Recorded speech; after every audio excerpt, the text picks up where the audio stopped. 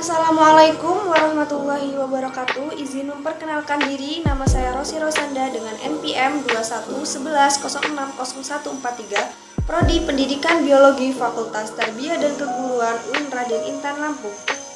Di sini saya akan memenuhi tugas UTS dari Ibu Devi Sela Eka Silvia MPDI, mata kuliah Pengelolaan Laboratorium. Dan di sini saya akan menjelaskan materi tentang keselamatan dan keamanan laboratorium. Laboratorium adalah salah satu tempat yang sangat menarik. Ada berbagai kegiatan menarik yang bisa kita lakukan di laboratorium. Selain itu, ada banyak peralatan yang bisa kita temukan di laboratorium. Mulai dari gelas ukur, tabung reaksi, gelas beker, pembakar spiritus, dan masih banyak lagi. Namun, untuk menggunakan peralatan tersebut, ada aturannya yang harus kita ketahui. Aturan tersebut dibuat agar keselamatan kita saat bekerja di laboratorium tetap terjaga. Apa saja sih berbagai aturan keselamatan ketika kita berada di sebuah laboratorium? Baiklah, saya akan bahas yang pertama, yaitu aturan keselamatan kerja di laboratorium. Ketika kita melakukan berbagai macam praktikum di laboratorium, ada beberapa aturan yang harus kita ikuti. Di antaranya yaitu minum susu sebelum dan sesudah kita memasuki tujuannya, yaitu untuk menetralisir racun yang mungkin terserap oleh tubuh, dan menggunakan perlengkapan laboratorium seperti baju lab, masker, dan sarung tangan untuk melindungi tubuh dari berbagai hal yang tidak diinginkan.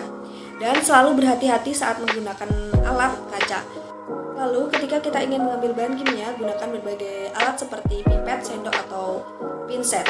Dan hindari menghirup atau mencium berbagai bahan kimia secara langsung. Akan lebih baik jika kita mengimbas-imbaskan tangan dari mulut tabung bahan tersebut ke arah hidung. Lalu mempersiapkan P3K sebagai respon pertama jika terjadi kecelakaan di laboratorium. Lalu segera membasuh bagian tubuh dengan air mengalir ketika terkena zat kimia, dan menjauhkan wajah ketika memanaskan zat kimia. Lalu mencuci tangan setelah selesai bekerja. Yang kedua yaitu mengenal simbol-simbol di laboratorium. Di sini ada 7 simbol yang perlu kita ketahui. Yang pertama itu ada eksplosif. Kita bisa melihat dari simbolnya bahwa bahan yang satu ini adalah bahan yang mudah meledak. Ledakan pada bahan tersebut bisa disebabkan karena beberapa hal, seperti benturan, pemanasan, pukulan, gesekan, reaksi dengan bahan kimia lain, atau karena adanya sumber percikan api. Yang kedua yaitu ada oxidizing. Oksigen diperlukan agar pembakar terjadi. Beberapa bahan kimia dapat menyebabkan bahan lain terbakar dengan memberikan oksigen. Yang ketiga yaitu flammable. Simbol ini menunjukkan bahwa bahan tersebut mempunyai sifat gampang terbakar. Keempat yaitu toxic. Simbol ini menunjukkan sebuah bahan kimia yang mempunyai sifat beracun. Keracunan yang diakibatkan bahan kimia tersebut bisa akut dan kronis, hingga bisa menyebabkan kematian pada konsentrasi tinggi. Yang kelima yaitu corrosive. Simbol ini berarti bahan kimia bersifat korosif, dapat merusak jaringan hidup. Dengan melihat tingkat keasaman dari sebuah bahan kimia, maka kita bisa tahu jika bahan tersebut memiliki sifat korosif. Yang keenam yaitu harmful dan irritant. Simbol yang satu ini dibagi menjadi 2 kode, yaitu kode XN atau harmful dan kode XI atau irritant. Kode XN adalah menunjukkan resiko kesehatan jika masuk melalui pernapasan, mulut, dan melalui kontak kulit. Untuk kode XI menunjukkan resiko inflamasi jika bahan kontak langsung dengan kulit dan selaput lendir. Ketujuh yaitu danger for mental. Simbol yang satu ini menunjukkan bahayanya suatu bahan jika dilepaskan ke lingkungan. Bahan ini dapat mengaruhi ekosistem suatu tempat, bahkan hingga merusaknya. Yang ketiga yaitu alat keselamatan kerja di laboratorium. Selain memahami simbolnya, kita juga harus mengenakan alat keselamatan kerja di laboratorium. Yang pertama yaitu jas laboratorium. Jas laboratorium berfungsi sebagai pelindung tubuh dari bahan kimia yang dapat menyebabkan luka. Jas lab harus longgar dan nyaman dipakai. Yang kedua yaitu sarung tangan. Sarung tangan diperlukan untuk melindungi tangan dari bahan atau alat berbahaya selama kita bekerja di laboratorium.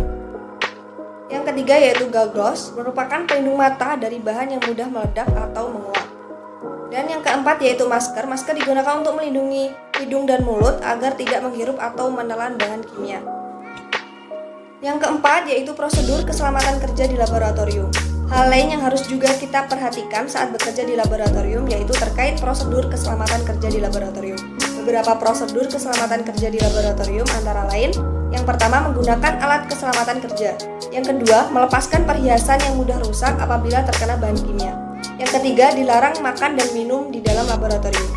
Yang keempat, dilarang mencoba-coba mencampur zat kimia yang tersedia tanpa izin atau di luar buku petunjuk. Yang kelima, menggunakan alat dan bahan yang sesuai. Yang keenam, membersihkan atau membuang kotoran setelah bekerja di laboratorium. Yang ketujuh, membersihkan meja kerja. Dan yang kedelapan, cuci tangan dengan sabun dan air mengalir sampai bersih. Yang kesembilan, matikan gas peralatan listrik sesuai yang digunakan. Yang kelima, yaitu alat-alat laboratorium. Selain mengenal karakteristik bahan dan prosedur kerja, seorang yang bekerja di laboratorium juga mengenal alat-alat yang digunakan. Pengenalan alat ini diperlukan untuk mencegah terjadinya kecelakaan kerja. Yang pertama, yaitu alat yang terbuat dari gelas, yaitu ada tabung reaksi, gelas ukur, labu ukur, piper volume, pipet ukur, dan tentunya masih banyak lagi. Yang kedua, yaitu alat yang terbuat dari porselin, yaitu cawan porselin, spatula atau sendok porselin, mortal, corong, plat tetes, crucible. Yaitu alat yang terbuat dari logam. Yang pertama yaitu ada statis, yang kedua kaki tiga, yang ketiga pembakar bunsen, yang keempat tang crucible, dan yang kelima kawat kasa. Dan yang keempat alat yang terbuat dari karet. Yang pertama yaitu filler untuk menyedot larutan, biasanya dipasang di ujung pipet. Yang kedua yaitu prop atau tutup karet untuk menutup botol atau labu untuk pipa, destilasi, serta penyangga corong. Itulah tadi penjelasan yang dapat saya sampaikan mengenai materi tentang keselamatan kerja di laboratorium. Jika ada salah kata, saya mohon maaf. Saya akhiri, wassalamualaikum warahmatullahi wabarakatuh.